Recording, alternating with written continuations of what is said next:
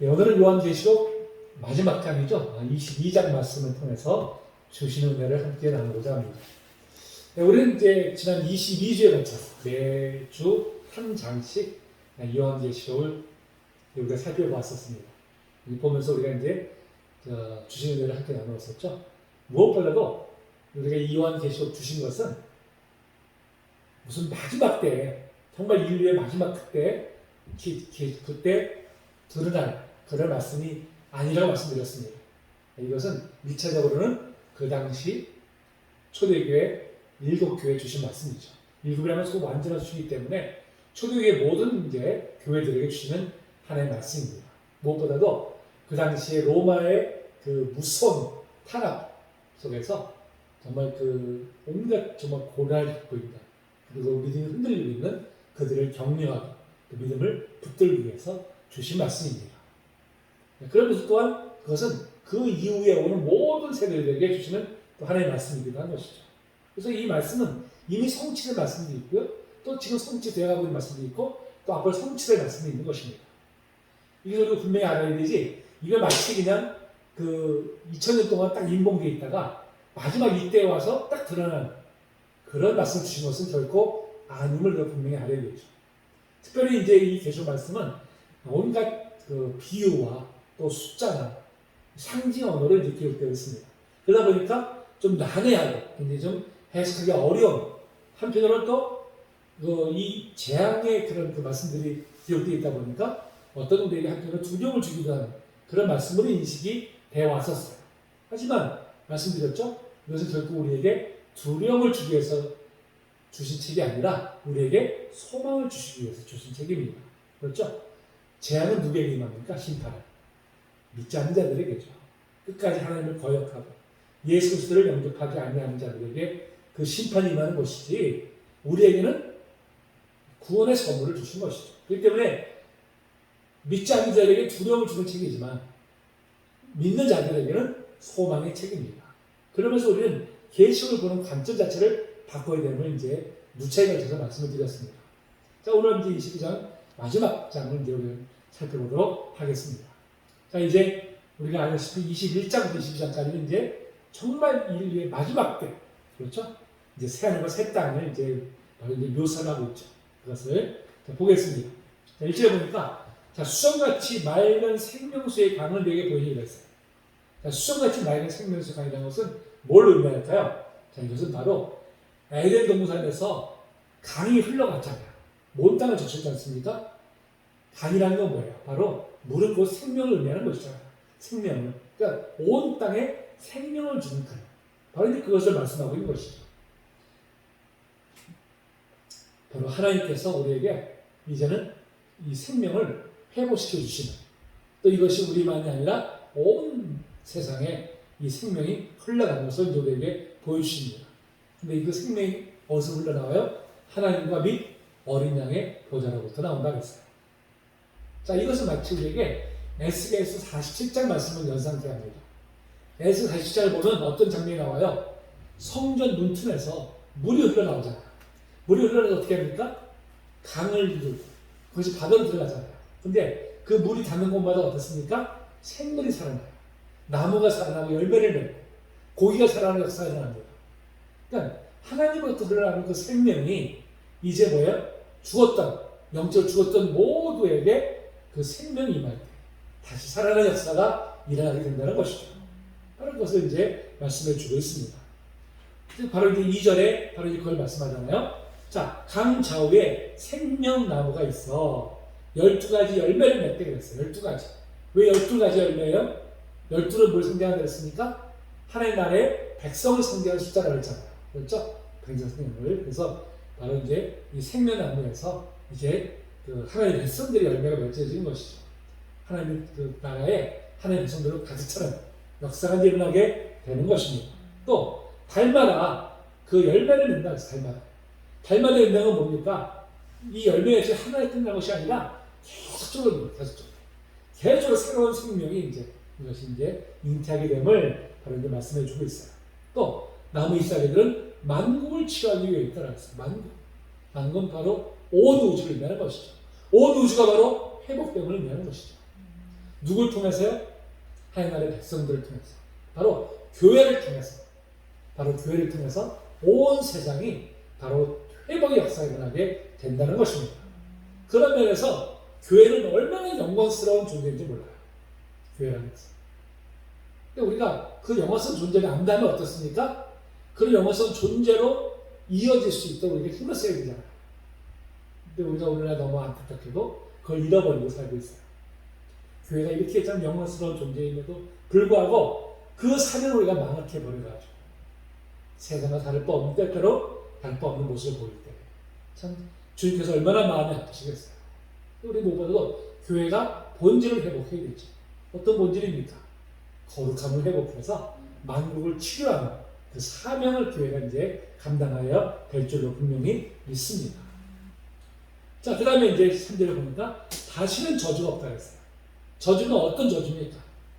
바로 창세기 3장에서 아담과 하와가 하나님의 말씀에 불순종함으로 인해서 받은 저주죠. 그 저주가 어떻습니까? 이제 죄악으로 인해서 심판의 저주를 받게 되잖아요. 그것이 어떻게 됩니까? 다시는 그 저주가 없다는 거예요. 다시는 우리가 이제는 죄의 노예가 되어서 심판을 받을 두려움을 떨지 않아야 된다는 거예요. 이제 우리 죄로부터 완전히 자연을 완전히 얻게 된다는 것이죠. 하나님 장차 이 땅에 임할 하나님 나라에서는 다시는 우리가 죄를 위해서 고통을 겪지 않습니다. 눈물도 없고 죽음도 없고 이별도 없고 아픔도 없고 상처도 없는 바로 그런 나라가 바로 이곳에 임하게 될 줄로 우리는 그것을 분명히 믿습니다. 자, 근데 어떻게 그렇게 될까요? 바로 하나님과 그 어린 양의 보좌가 그 가운데 있을 일이 됐어요. 하나님과 어린 양의 보좌가 우리를 다스리신다는 것이죠. 하나님과 어린 양 되시는 예수 그리스도께서 우리를 다스리시기 때문에, 친히 다스리시기 때문에, 그래서 다시는 이 땅에 저주가 없게 되는 것이죠. 그래서 우리는 그 나라를 기다립니다. 마라나타 주 예수여 오시옵소서. 어서 오셔서 우리가 이 땅에서 죄로 인해서 겪는 온갖 고통들이 있잖아요. 이 고통이 이제는 다 사라지고 완전한 샬롬, 완전한 평화만 임하는 그 나라가 속히 임하기를 소망합니다. 우리가 늘 그래서 주 예수 어서 오시옵소서 우리가 이제 기도하는 것이죠. 자, 그러면서 그곳에 어떤 일이 있을까요? 3절 하반절에 보니까 그의 종들이 그를 섬기며 그랬어요. 그가 누굽니까? 하나님, 곧 예수 그리스도시잖아요. 자, 섬기다가 뭡니까? 특별히 섬기는 건 예배를 통해서 나타나요. 예배를 통해서, 그렇죠? 특별히 우리는 하나님을 예배함으로 바로 이제 하나님을 섬기는 일에 나섭니다. 그래서 삶 가운데 우리가 예배가 가장 중심이죠. 가장 핵심이 되는 것입니다. 다른 어떤 것보다도 하나님은 예배를 기뻐받으세요. 근데 우리가 이렇게 공동체가 모여서 하나님을 예배하는 것도 예배지만 삶이 또한 예배라고 말씀드렸죠. 삶. 우리의 삶에서 거룩한 삶을 통해서 우리의 삶을 하나님 앞에 거룩한 산제물로 올려드리는 것. 그것이 하나님께서 기뻐받으실 만한 예배입니다. 우리는 그런 면에서 우리는 이제 하나님을 온전히 섬기게 될 것입니다. 또, 자, 그의 얼굴을 볼 터이여 그랬어요. 그의 얼굴 본다는 건 뭡니까? 내가 누군가가 나의 큰 잘못을 범했어요. 야, 너 다시 내 얼굴 볼 생각하지 마. 우리가 이거잖아요. 그건 뭐야? 관계가 끊어졌다는 것이죠.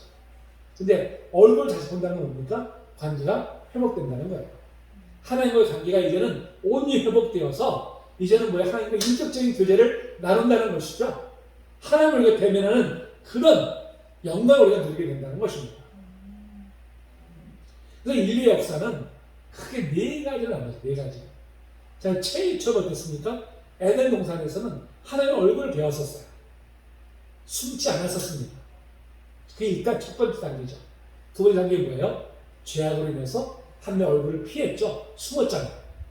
그것이 바로 이제 죄의 결과입니다. 그렇지? 그 다음에 이제 바로 세 번째 단계가 뭘까요? 예수 그리스도를 통해서 하나님의 얼굴을 배웠게 돼요. 우리 하나님 직접 배울 수는 없지만 성육신 하신 하나님이신 예수 그리스도를 통해서 우리 이제 하나님을 보게 되는 것이죠. 자, 요한복음 1장 18절에 보니까 이렇게 말씀하고 있어요. 본래 하나님을 본 사람이 없으되 아버지 품속에 있는 독생하신 하나님이 나타내셨느니라. 우리는 예수 그리스도를 통해서 하나님을 배우는 것입니다. 그게 바로 세 번째 단계예요. 자, 이제 네 번째 단계가 바로 오늘 이 22장의 바로 이제 이 4절 말씀이죠. 완전히 이제는 하나님과 직접 우리가 대면하게 되는, 다시는 죄로 인해서 하나님을 피하지 않는, 그리고 하나님을 직접 배워도 죽지 않는, 바로 이제 그런 존재가 되는 것이죠. 회복이죠, 회복. 완전한 회복이 이제 이루어지게 되는 것입니다. 그날이 이제 속히 오기를 소망합니다. 자, 그 다음에 4절 하반절에 보니까 그의 이름도 그들의 이마에 있으라 그랬어요. 자, 그의 이름도 그들의 이마에 있다는 뭔가 말씀하니까 이름에다가 그 하나님의 이름이 새겨져 있다는 게 뭐예요? 넌 내 거야. 넌 내 소유야. 누구도 건드리지 마라. 이 사람은 내 소유야. 그렇죠? 우리가 이제 소나 말에 어떤 주인된 소를 표시할 때 인을 딱 치잖아요. 주인의 도장을 찍은 것처럼 우리 이마에다가 탁 하나님의 이름을 새기면 하나님 것이라는 것이죠. 하나님 것인데 누가 건드리겠어요? 누구도 건드릴 수 없는 것이죠. 우리가 바로 이제 그런 자가 될 것이죠. 우리 이마에다 하나님께서 이름을 탁 새겨주셨습니다. 하나님 것. 자, 5절에 보죠. 다시 밤이 없겠고 등불과 햇빛이 쓸데없으니 이는 주 하나님이 그들에게 빛이십니다. 그랬어요. 그렇죠? 다시는 밤이 없어요. 영적인 밤이죠. 영적인 밤. 영적인 밤이 이제 다시는 없는 거예요. 왜? 하나님이 친히 우리에게 비추시기 때문에. 빛을 주시기 때문에. 그리고 세세토록 왕노릇 한다 그랬어요. 그들이 누구예요? 하나님의 백성들이죠. 우리잖아요. 우리가 세세토록 왕노릇 합니다. 그럼 왕노릇이 도대체 뭐예요? 왕노릇이. 왕이라는 건 뭐예요? 어떤 나라를 다스린 사람이 왕이잖아요. 근데 우리가 무슨 나라를 다스려? 그렇죠? 이제 무엇보다도 이것은 이제 만물을 다스리는 권한이 회복되는 것이죠. 하나님께서 우리 창조하시다면 뭘 주셨어요? 세획하고 번성하고 정복하고 다스리라고 했습니다. 다스리라 말씀하셨죠. 그러니까 이 만물을 하나님을 대신해서 우리가 잘 다스리는 것이 그게 우리에게 맡겨진 사명이에요. 사명. 이제 그것을 우리가 죄로 인해서 잃어버렸잖아요. 많이 잃어버렸죠. 그것이 다시 회복된다는 거예요. 다시. 그래서 다시 우리가 하나님의 대리자로서 위임받은 자들로서 이 우주 만물을 잘 다스리는 바로 이제 그 일을 우리가 이제 하게 된다는 것이죠. 그런 면에서 우리가 이제 나중에 그 예수님 오신 다음에 새로 새 땅에 임할 때 우리는 도대체 뭐 할까? 아무것도 할 일 없이 그냥 맨날 예배만 드리는 걸까? 아니에요. 열심히 우리가 또 경제도 할 거고요. 열심히 농사도 질 것이고요. 열심히 할 것입니다. 여전히 우리는 그런 일들을 할 거예요. 근데 이제는 어떻게 해요? 우리가 땀을 흘려서 수고를 해서 하는 것이 아니라 이제는 즐거움을 하는 거예요. 즐거움을 하는 것이죠. 기쁨을 하는 거예요. 다르죠? 똑같은 일을 하더라도 이게 어쩔 수 없이 억지로 하는 것입니다. 그리고 기쁨에 하는 것과는 엄청난 차이가 나는 것입니다. 그러니까 우리가 나중에 천국 가서 천국 임할 때 아무 탈일 없이 그냥 예배만 드리면 너무 지루하지 않을까? 걱정할 이유가 없어요. 그때는 우리가 또 육신의 어떤 제약을 받지 않는 예수님께서 보여주셨던 그런 몸을 우리가 가질 것이기 때문에 이 온 우주를 아마 우리가 날아다닐 것 같아요. 날아다니면서 온 우주에 다니면서 우리가 아마 이제 그 우주를 관리하는 이제 이런 일들을 할 것으로 그냥 보여집니다. 자, 계속해 봅니다. 자, 이제 6절부터 이제 자, 이 말은 신성한 참되니라 주고 선지자의 영의 하나님이 그의 종들에게 반드시 속히 되어질 일을 보이시라고 그의 천사를 보내셨다 했어요. 속히 되어질. 그러니까 지금 이 계시록 말씀을 천사를 통해 주셨어요. 근데 천사를 왜 주셨어요? 속히 되어질 일을 보이시려고. 또 7절에 보면 보라 내가 속히 오리니 그랬어요. 자, 속히 되어질 일, 속히 오리니. 이게 속히라는 개념이 사실 우리의 시간적인 개념하고 좀 다르죠? 하루가 천년 같고 천년이 하루 같은 것이 바로 하나님의 시간표입니다. 근데 여기서 뭘 말씀하는 걸까요? 바로 종말이 이미 성취된 종말. 예수 그리스도께서 오심으로 인해서 이미 성취되었어요. 근데 앞으로 성취되어질 종말이죠. 이미와 아직이죠. 이미 완성됐지만 아직 완성되지 않은 것입니다. 이거 이제 바로 이미와 아직의 사이에 있다고 말씀드렸죠. 확실한 보증은 있지만 아직 완성된 것은 아닙니다. 근데 속히 그것이 이제 임하게 될 것입니다. 이거 어떻게 했어요? 이 두루마리 예언의 말씀을 지키는 자는 복이 있다고 했어요. 이 두루마리 예언의 말씀은 뭐예요? 계시록 전체를 가리키는 것입니다. 계시록 전체를. 자, 뭐예요? 지키는 자가 복이 있다고 했어요. 듣는 자가 복이 있다는 것이 아니라 지키는 자가 복이 있다고 했습니다. 듣고 행하지 않으면 아무 소용없는 거예요. 그렇죠? 무엇보다도 우리는 하나님의 말씀을 어떻게 해요? 지금 우리가 지키며 살아가는 것이죠. 지금. 나중에 아니에요. 지금 우리가 지키며 살아가는 것입니다. 우리 마음속에 그 거룩한 열망이 있는 것이죠. 소망이 있는 거예요. 정말 하나님의 말씀대로 살고자 하는 열망. 그 소망이 우리한테 있을 때 그것이 바로 구원받은 백성의 당연한 모습이죠. 마땅한 모습인 것입니다. 자, 그러면서 8절에 보니까 요한이 이 말씀을 듣고 볼 때 어떻게 했어요? 너무 영광스러우니까 천사의 발 앞에 엎드려 경배를 해요. 천사를 경배해요. 만신이 압도되니까 바로 이런 현상이 일어났죠. 자, 비슷한 장면이 어디서 나옵니까? 바로 고넬료가 베드로를 영접할 때도 어떻게 했어요? 엎드려 경배하죠. 절하잖아요. 이 엎드려 절한다는 것은 정말 우리는 뭐 어른들한테 그냥 엎드려 절하는 게 일상화되어 있지만 이 시대는 어떻게 해요? 정말 왕이나 황제나 이런 사람에게만 이제 이런 행동을 보입니다. 근데 바로 지금 이제 고넬료는 베드로에게 자기 식민지 국가에 정말 별 볼일 없는 사람이잖아요. 베드로가 인간적으로 볼 때는. 그런데도 그 앞에 엎드려 절하는 이유가 뭐예요? 하나님의 말씀을 대언하기 때문에 그 말씀의 권위에 압도되니까 그런 행동을 보이는 것이죠. 지금 요한도 마찬가지예요. 천사 앞에 어떻게 했어요? 경배를 해요. 말씀에 압도되니까. 천사가 만류하죠?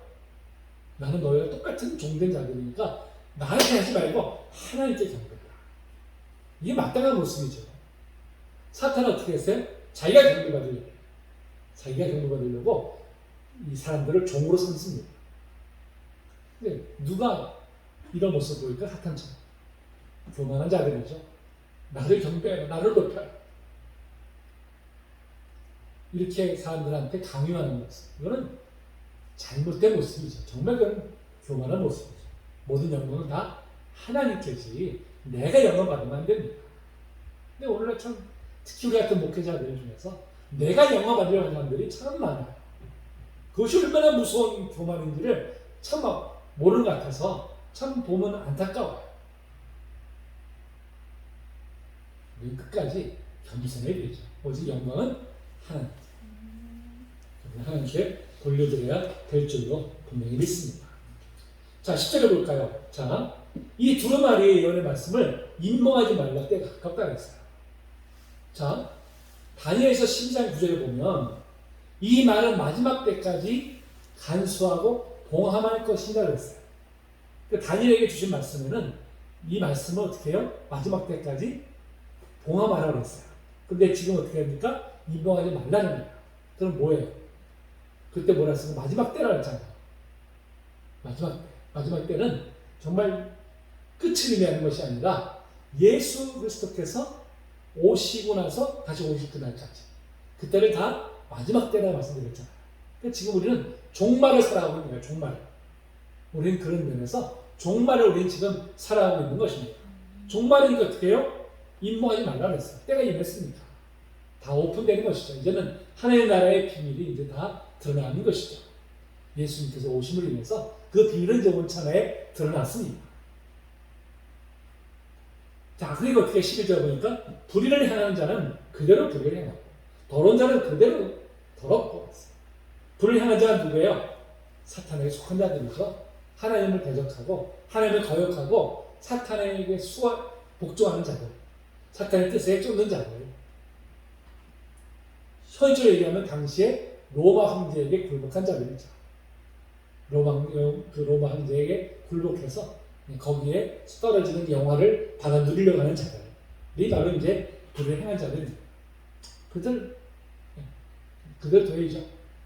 근데 의로운 자는 어떻게 했어요? 그대로 의를 행하고 의로운 자는 누구예요? 그렇다면 하나님께 속한 자들이죠.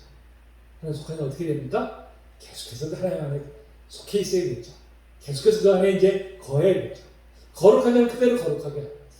그러니까 우리가 어떻게 해요? 거룩하게 힘을 써야 되는 것이죠. 하나님의 속한 자로서 그 신분에 합당한 삶의 모습이 있어야 되죠. 그 삶을 살기 위해서 우리가 이제 힘을 써야 되는 것입니다. 자, 또 12절 보니까 보라 내가 속히 오르니 예수께서 오신다는 것이잖아요. 사실. 근데 내가 줄 상이 내게 있어. 각 사람이 그가 행한 대로 갚아주려 했습니다. 상급이 있다. 상급. 이 상급이 도대체 뭔지는 우리가 여러 가지 말들이 있어요. 구원 자체가 상급인데 무슨 또 다른 상급이 있겠느냐 이렇게 이제 우리가 생각하는 이제 주장들도 있고요. 아니다. 그래도 우리가 행한 대로 갚아준다 했기 때문에 또 그 외에 상급은 다른 있을 것이다. 이렇게 또 주장하는 사람들도 있습니다. 뭐 어떤 것이 맞는지 우리가 잘 알지 못하지만 뭔가 있다고는 생각해요. 무언가가. 그 무언가가 무엇인지 우리도 정확하게 모르죠. 성경에서 뭐 정확하게 뭐라고 말씀하지 않기 때문에. 다만 우리가 뭐 천국 묘사할 때 뭐 여기서 이제 열심히 하나님 나라의 물을 입은 사람들은 뭐 대궐에 살고 뭐 대충 구원받은 사람들은 뭐 초가상태 살고 뭐 어떤 사람은 뭐 면류관을 쓰는데 어떤 사람은 꽃갈비를 쓰고 뭐 그렇게 하는데 글쎄 과연 그럴까? 그거는 이제 우리의 인간적인 생각을 가지고 어떤 이제 표현하는 방식이고요. 뭔가 좀 다른 우리가 상상할 수 없는 뭐 다른 나라의 그런 이제 상급이 우리에게 주어질 것으로 이제 그렇게 우리가 분명히 이제 봅니다. 자, 이 말씀은 이제 바로 시편 62편 12절에서 바로 이제 이렇게 약속하고 있어요. 주여 인자하면 주께 속하오니 주께서 각 사람이 행한 대로 갚으시니이다 그랬어요. 행한 대로 갚으시는 것이죠. 우리가 선을 행하면 선으로 갚으시고 악을 행하면 악으로 갚으시는 분이십니다. 우리는 그걸 분명히 알아야 돼요. 우리가 이제 그런 의식이 없으면 어떻게 해요? 내가 하고 싶은 대로 하잖아요. 하나님 두려워하지 않죠. 하나님 반드시 행하는 대로 갚으신 분이심을 분명히 우리는 믿습니다. 그러니까 지금 악한 자들이 잘 되는 것 같아요. 우리가 볼 때 왜 하나님 좀 심판하지 않으실까? 하나님 종말에 마지막 심판하세요. 반드시 그들이 행한 대로 갚으십니다. 우리 그것을 분명히 믿습니다. 자, 14절 볼까요? 나는 알파와 오메가요, 처음과 마지막이요, 시작과 마침이라 그랬습니다. 처음과 끝이라는 게 있죠. 처음 끝이라는 건 뭡니까? 바로 예수님께서 모든 주권을 갖고 계시다는 것이죠. 이제 하나님이 갖고 계신 주권을 예수 그리스도께로 이양하셨어요. 그래서 예수 그리스도께서 모든 만물의 주권자가 되십니다. 그분이 누구세요? 우리의 주님이세요. 그렇죠? 우리를 구원하기 위해서 십자가에 지신 분이십니다. 그 때문에 그분은 우리를 너무나 사랑하시고 우리를 늘 함께하여 주십니다. 자, 볼까요? 14절 보니까 두루마기를 빠는 자들은 복이 있다 그랬어요. 두루마기 빤다는 게 뭘까요? 두루마기 언제 빨아요? 얼룩 졌을 때 때로. 그때 어떻게 빨아서 희게 만들잖아요. 그렇죠? 이거 뭐예요? 거룩을 추구하는 거룩을 추구하는 것이. 예전에는 우리가 이제 죄악으로 인해서 우리가 더럽혀졌죠. 그렇죠. 이제는 어떻게 해요? 그것을 예수의 보혈로 깨끗하게 우리가 씻어서 우리가 어떻게 거룩한 모습으로 이제 주님을 우리가 맞이해야 될 줄로 믿습니다. 자, 왜 그렇게 우리가 해야 되는가? 왜 우리가 거룩을 추구해야 될까? 이는 그들이 생명나무에 나아가며 문들을 통하여 성에 들어갈 권세를 받으려 함이로다 했습니다. 구원의 대회에 동참하게 했어요. 그러니까 늘 말씀드리잖아요. 우리가 구원에 이르는 믿음이라는 개념이 단지 입술로만의 고백이 아니라는 것을 우리가 분명히 알아야 됩니다. 성경 어디에도 입술로만의 고백으로 구원받는다고 말씀하고 있지 않아요. 근데 오늘날 우리가 너무나 많은 오해를 하고 있어요. 믿음 단지 그냥 내가 입술로만 신하면 난 구원받았어. 이런 착각 속에 빠진 사람들이 얼마나 많은지 모릅니다. 이건 정말 잘못된 생각이에요. 성경은 어디에 그렇게 말씀하고 있지 않습니다. 성경은 항상 뭐라고 말씀하세요? 그 믿음에 따른 행위를 강조합니다. 내가 정말 예수 그리스도를 내 그 구주로 영접한다고 내가 고백했다면 그에 따르는 거룩한 삶이 있어야 되죠. 열매가 있어야 되지. 열매는 아무것도 없으면서 입술로만 고백한다 해서 그것이 우리를 구원에 이르게 하는 믿음은 결코 아니라는 것입니다. 사실 이것을 우리가 빨리 회복해야 돼요. 그래야 우리가 바른 신앙을 설 수 있습니다. 어떤 사람은 그게 얘기해요. 무슨 아니 행위로 구원받는 것이 아니라 우리가 믿음으로 구원받는 거 아니냐. 근데 성경에 말씀하는 그 행위라는 개념은요. 뭐냐면 의식법이에요. 의식법. 할례라든지 무슨 뭐 이게 그 의식하는 그 적인 행위들 그걸 얘기하는 거예요. 그 당시에 초대교회 때 당시에 바울 사도가 이 로마서를 쓰고 갈라디아서 쓸 당시에 어떤 문제가 있었습니까? 그때 바울은 예수 그리스도를 믿음으로 구원받는다고 했는데 자꾸 유대 교회에서 흘러온 사람들이 뭐라고 가르치냐면 아니다. 할례도 받아야 되고 이런 음식 규례도 지켜야 되고 이런 절기도 다 지켜야 된다. 이렇게 가르친 거예요. 그러다 보니까 혼란해. 그래서 오직 예수 그리스도로 믿음으로만 구원받는 것을 강조하기 위해서 행위로 구원받는 것이 아니라 우리가 믿음으로 구원받는다고 한 것이지 거기서 그 행위라는 개념은 우리의 이 일상의 삶을 말하는 것이 아니라 의식법을 얘기하는 거예요. 할례나 뭐 절기나 음식 규례나 이런 걸 말하는 것입니다. 그러니까 예수 그리스도 외에 그런 걸 더해져야만이 구원받는다고 주장했기 때문에 그것이 아니라 오직 예수 그리스도를 믿음으로 말미암아 구원받는 걸 강조하기 위해서 그렇게 쓴 것입니다. 그걸 알아야 되는데 이건 그냥 그 당시 쓴 정황은 다 잘라버리고 그냥 문자로만 해석을 해버리니까 엉뚱한 해석을 한 거예요. 그게 원래 한국 교인들을 병들게 만든 것이죠. 분명히 성경은 말씀합니다. 우리의 행실을 따라야 되죠. 거룩한 행함을 따라야 됩니다. 그것이 온전한 믿음인 줄로 믿습니다. 자, 그래서 15절 보니까 자, 개를 봐서 점술과 대가 음행하는 자들과 살인자들과 우상 숭배자들과 이 거짓말을 좋아하며 지어낸 자는 다 성 밖에 있다 했어요. 성 밖에 뭡니까? 거룩한 성 예루살렘 밖에 있는 거예요. 구원의 대열에 참여하지 못하는 것이죠. 영원한 심판을 받는 것이죠. 자, 이 말씀 어디서 나왔을까요? 21장 8절에서 나오잖아요. 8절에서 뭐라고 했습니까? 불의한 자들과 믿지 아니하는 자들과 흉악한 자들과 살인자들, 음행하는 자들, 점술가들, 우상 숭배자들, 거짓말하는 모든 자들은 불과 유황으로 타는 못에 던져지니 이것이 둘째 사망이다. 똑같은 맥락이죠. 똑같은 맥락. 그런 자들은 다 어떻게 영원한 구원의 대회에서 그들은 참여할 수가 없는 것이죠. 영원히 형벌을 받게 되는 것입니다. 자, 10절을 볼까요? 나 예수는 교회들을 위하여 그 사자를 보내 이것들을 너에게 증언하게 했다고 했어요. 그러니까 이 메시지를 주신 목적이 뭐예요? 교회들을 위해서. 교회를 바로 세우기 위해서. 교회가 지금 이 핵심한 탄압 가운데서도 믿음을 저버리지 않고 끝까지 순결한 믿음을 지키게 하기 위해서 바로 이 계시록 말씀을 주셨다는 것입니다. 그런 면에서 계시록 말씀은 어떤 메시지예요? 우리에게 두려움을 주는 심판의 메시지가 아니라 소망을 주는 메시지임을 우리가 분명히 알아야 되죠. 소망의 메시지. 그 주님이 어떤 분이세요? 나는 다윗의 뿌리요 자손이니 그랬어요. 다윗의 뿌리 자손이 가서 바로 메시아이심을 가르치는 것이죠. 광명한 세력들이라고 했습니다. 광명한 세력들. 이건 민수기 24장 17절에 보니까요. 17절에 한 별이 야곱에게서 나오며 그랬어요. 한 별이 야곱에게서 나오며 이스라엘의 자손이 돼서 메시아가 탄생하실 것임을 이제 말씀한 것이죠. 그분이 바로 예수 그리스도이심을 이제 드러내고 있습니다. 자, 그러면서 성령과 신부가 말씀하시기를 오라 하시는 거다 했어요. 자, 성령께서 말씀하신다면 이해가 가는데 신부가 말씀하시다 했어요. 신부가 누구예요? 교회 공동체입니다. 예수 그리스도의 신랑 되신 예수 그리스도의 신부는 교회죠. 교회. 교회가 어떻게 했어요? 성령과 똑같이 지금 같이 말씀하시는 거예요. 이건 뭘 말씀하는 것 같아요? 바로 성령께서 교회를 통해서 말씀하신다는 거예요. 교회를 통해서. 성이 교회가 얼마나 중요한 역할을 감당해야 되는지를 바로 말씀하고 있습니다. 자, 여기서 등자도 오라 할 것이요 목마른 자도 올 것이요 또 원하는 자는 값없이 생명수를 받으라. 자, 듣는 자, 목마른 자, 원하는 자 다 누구예요? 구원에 갈망하는 이 사람들이죠.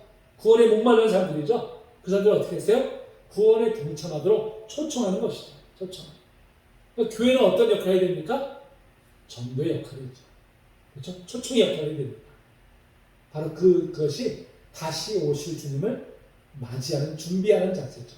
우리는 여전히 영혼의 목말라는 사람들에게 바로 예수 그리스도만이 참된 소망이시며 우리는 끊임없이 우리가 증거해야 돼. 바로 그 사명을 우리가 이제 끝까지 감당해야 될 줄로 믿습니다.